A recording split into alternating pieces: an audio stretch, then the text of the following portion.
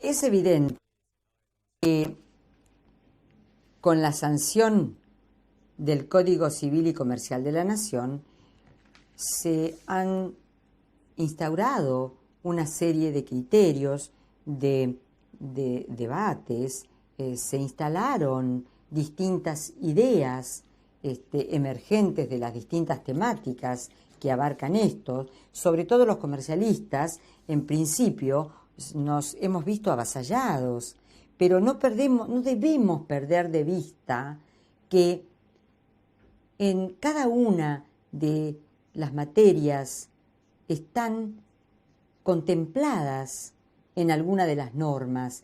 No debemos de perder de vista que hoy el derecho comercial comprende básicamente la regulación de los sujetos mercantiles, los comerciantes, los auxiliares, las sociedades, con sus particulares estatutos, la contabilidad, la publicidad, la transparencia, después los hechos, actos, contratos, instrumentos y tecnologías. Luego también las empresas con y sin lucro, la insolvencia civil y comercial, el mercado. En cuanto a sus funciones, tanto en su historia como en la actualidad, el derecho comercial está llamado a cumplir dos objetos fundamentales. Por un lado, brindar un marco legal que promueva y facilite los negocios, que los agilice, brindando celeridad, simplicidad, pronto finiquito, estabilidad, seguridad a los intercambios y demás operaciones comerciales, como así promoviendo y tutelando el crédito, los instrumentos financieros, la circulación de la riqueza, la acumulación de capitales, la limitación de los riesgos y la creación y conservación de empresas, de sus elementos materiales e inmateriales. A contrapeso, tiene la misión de fijar los límites a la actuación de los sujetos y actividades comerciales. Entonces, todo eso vemos que es materia típica y la encontramos normada en los distintos artículos que conforman el Código Civil y Comercial de la Nación. Siguiendo a lo dicho en la primera de las clases, recomiendo la lectura del artículo del doctor Javier Dubois en la ley donde ha tenido su editorial en Editorial La Ley, porque realmente es un artículo profundo y que ha abarcado las distintas temáticas, todo lo que se refiere a los sujetos y además ahora lo referido a los contratos comerciales. Uno de los objetivos en cuanto a los contratos comerciales, que largamente fue reclamado por parte de la doctrina y realizados en el nuevo código, era la unificación de las obligaciones y de los contratos civiles y comerciales. Eso ha sido un deseo pergeñado, ¿no?, desde hace muchos años. Al respecto, el Código Civil y Comercial presenta ahora las siguientes regulaciones. De contratos puramente civiles, como la renta vitalicia, artículo 1599, el juego y la apuesta, 1609. Después, contratos civiles que eran también utilizados en las actividades comerciales, como son la permuta, artículo 1172, la locación, artículo 1187, obras y servicios, 1251, el comodato, artículo 1533, la donación, artículo 1542, cesión de derechos, 1614, la transacción, 1641. Es necesario que digamos que en materia de responsabilidad de los profesionales, el Código define una posición a favor que se trata de una responsabilidad de medio y no de resultado. Efectivamente, establece en el artículo 1768 que la actividad del profesional liberal está sujeta a las reglas de las obligaciones de hacer. La responsabilidad es subjetiva, excepto que se haya comprometido a un resultado concreto. Cuando la obligación de hacer se preste con cosas, la responsabilidad no está comprendida en la sección 8ª de este capítulo, excepto que causen un daño derivado de su vicio. La actividad del profesional liberal no está comprendida en la responsabilidad por actividades riesgosas previstas en el artículo 1757.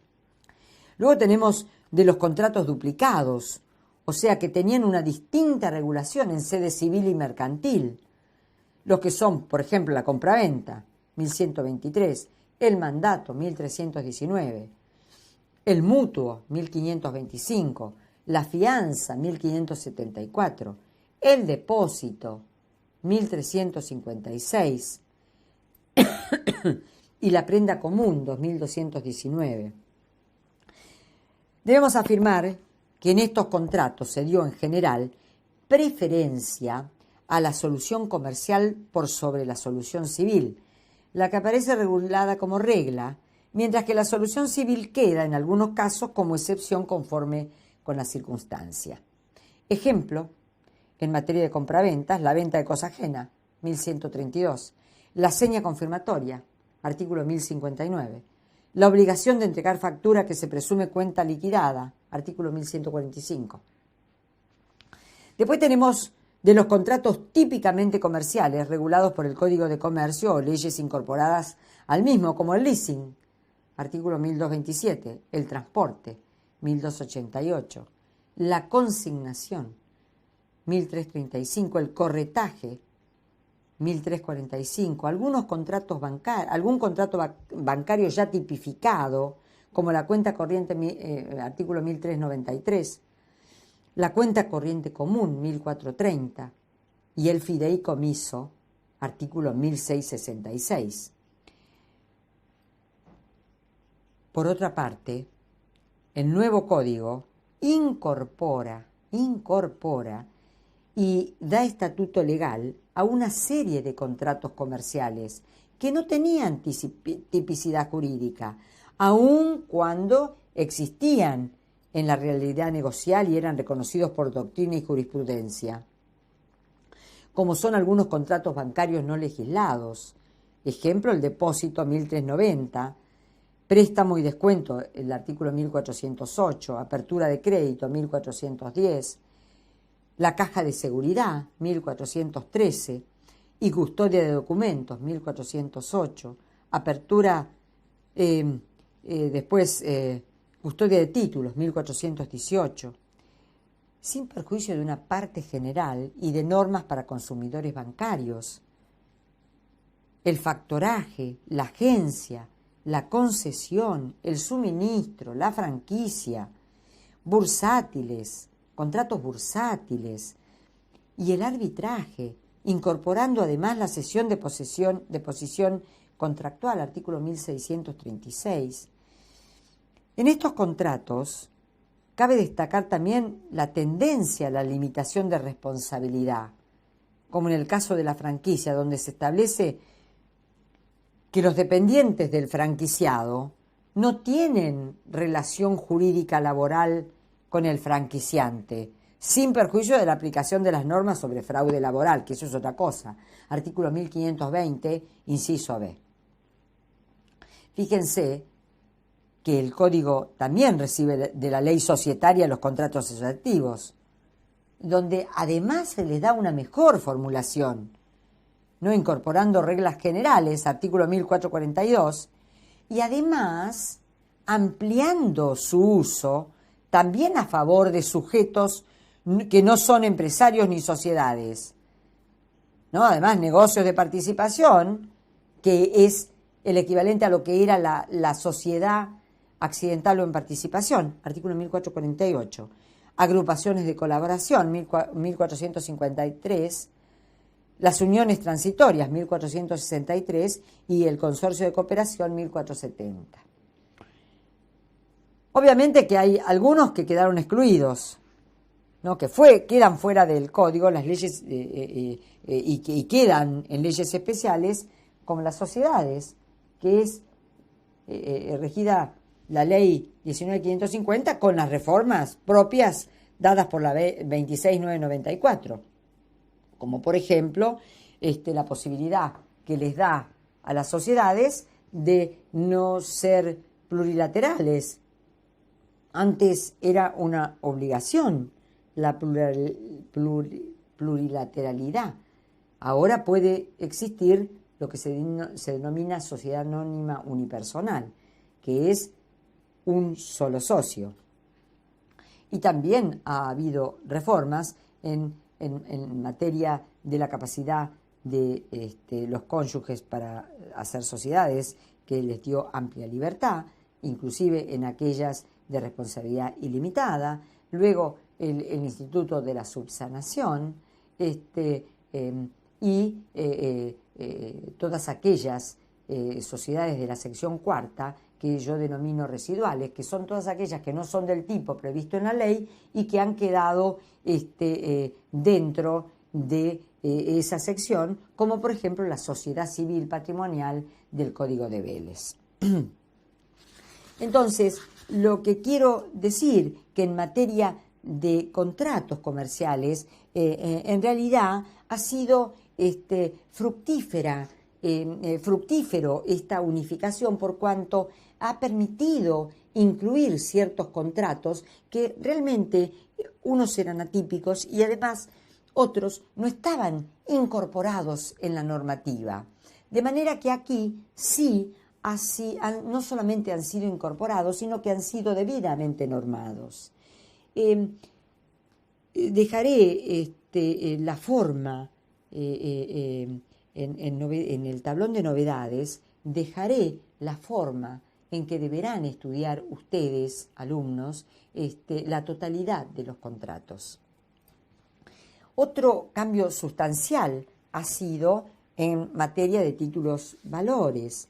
El Código Civil Comercial incorpora todo un capítulo destinado a regular las normas generales aplicables a los títulos valores, los artículos 1815 y siguientes. Conceptualmente, los títulos valores incorporan una obligación incondicional e irrevocable de una prestación y otorgan a cada titular un derecho autónomo, artículo 1815, en cuyos términos al portador de buena fe de un título valor que lo adquiere conforme con su ley de circulación, le son inoponibles las defensas personales que pueden existir contra anteriores portadores, artículo 1816. Una disposición novedosa, por su amplitud, que termina el camino iniciado por el artículo 40 de la 23.697, es la libertad de creación de títulos valores de que goza cualquier persona, siempre que no se confundan con los títulos legislados, los que para ser abstractos deben estar destinados a la oferta pública, cumpliendo los recaudos específicos, o ser emitidos por entidades financieras, de seguros o fiduciarios financieros, registrados ante el organismo de control de los mercados de valores, artículo 1820. El Código también reglamenta las defensas oponibles, el modo de trabar medidas precautorias sobre los títulos, las firmas falsas, el asentimiento conyugal, los efectos de la representación insuficiente, la responsabilidad solidaria, solo de los creadores del título y no de los demás intervinientes, salvo disposición en contrario, la acción causal, los títulos representativos de mercaderías y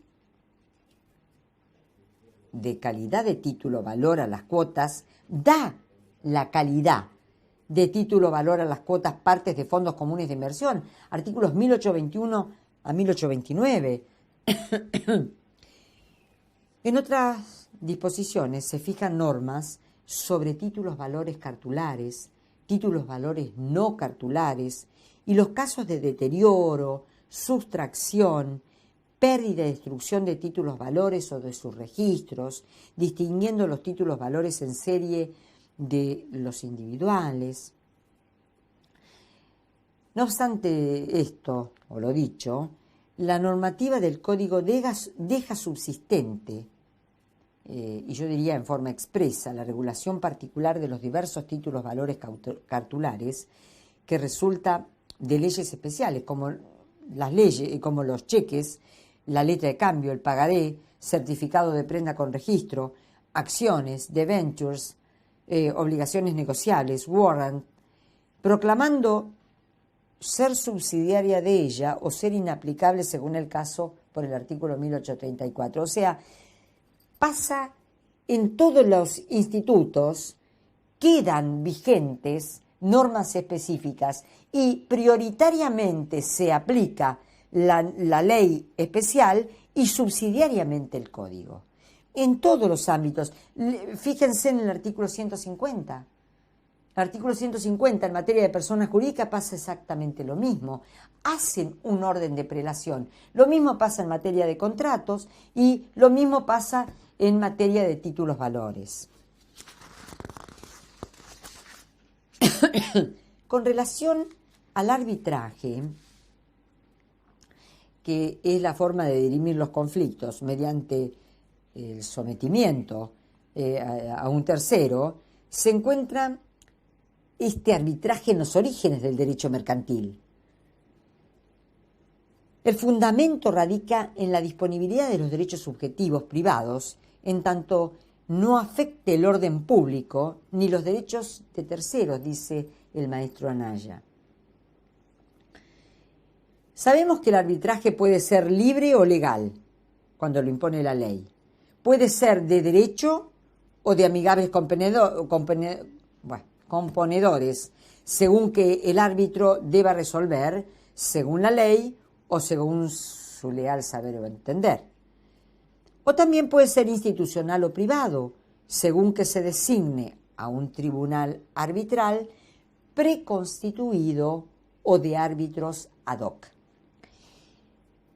En el comercio internacional, el arbitraje es la jurisdicción por excelencia para dirimir los conflictos.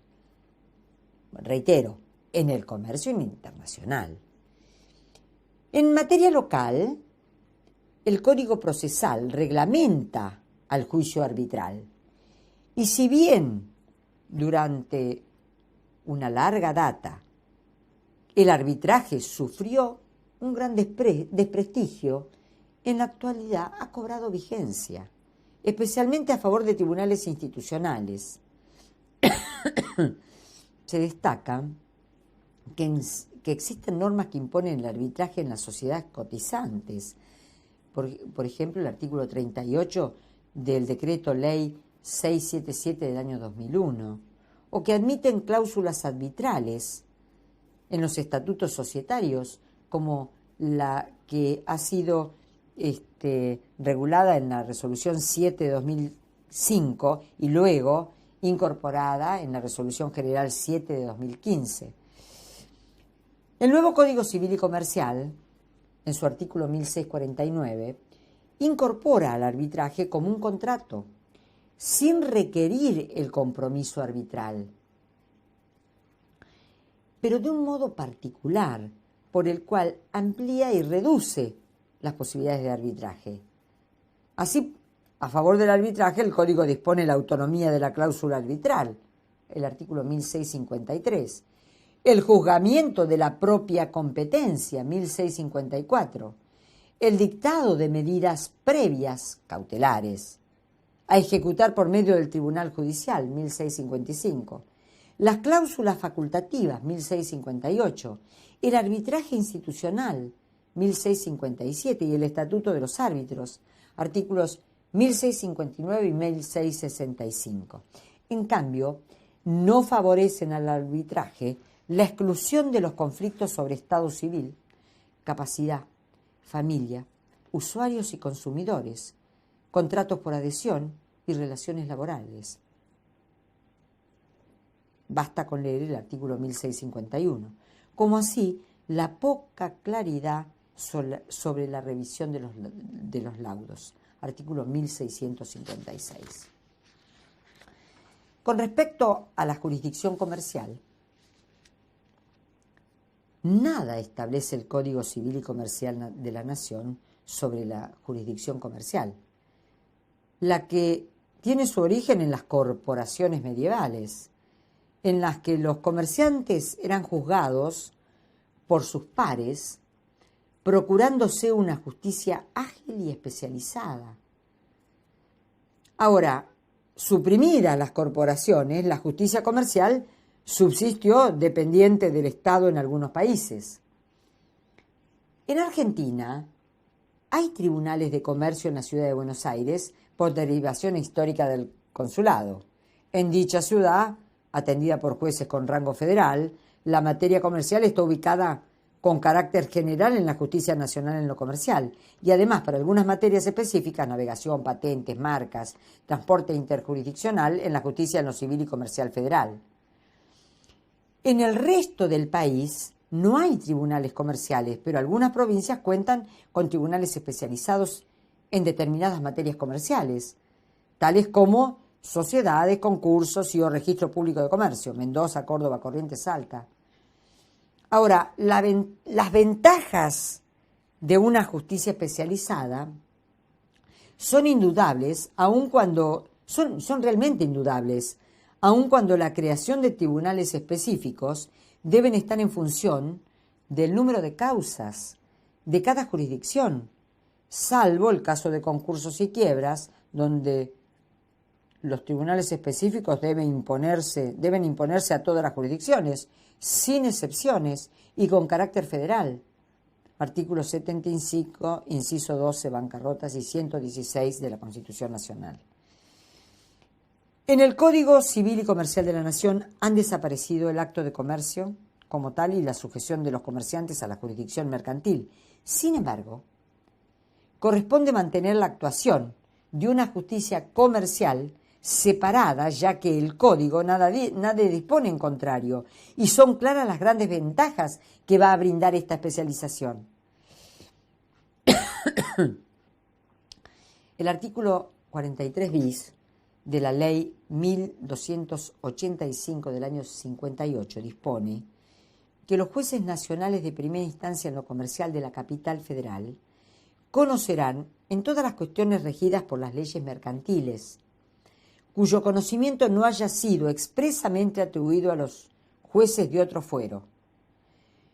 Conocerán además en los siguientes asuntos: concursos civiles, acciones civiles y comerciales emergentes de la aplicación del decreto 15.348 del 46, ratificado por la ley 12.962, los juicios derivados de contratos de locación de obra y de servicios y los contratos atípicos a los que resulten aplicables las normas relativas a aquellos cuando el locador sea un comerciante matriculado o una sociedad comercial.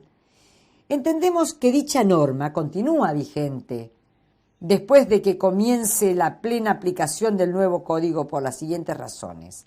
Las leyes mercantiles referidas por la norma no han desaparecido, ya que son todas las que estaban incorporadas o complementando al Código Comercial derogado y que subsisten hoy en el nuevo Código Civil unificado.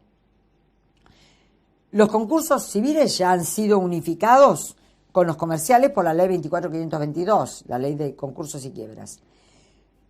Los contratos de locación de obra y de servicios se mantienen en los artículos 302 y siguientes del Código Unificado.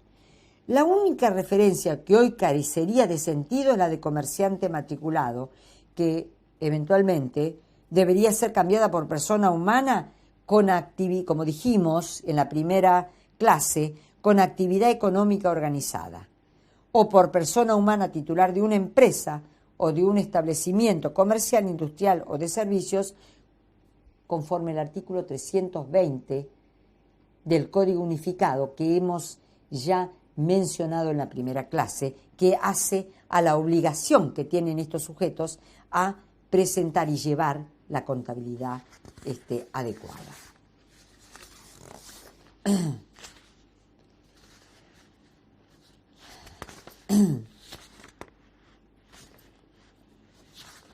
finalmente, es necesario precisar, por supuesto que esta cátedra va a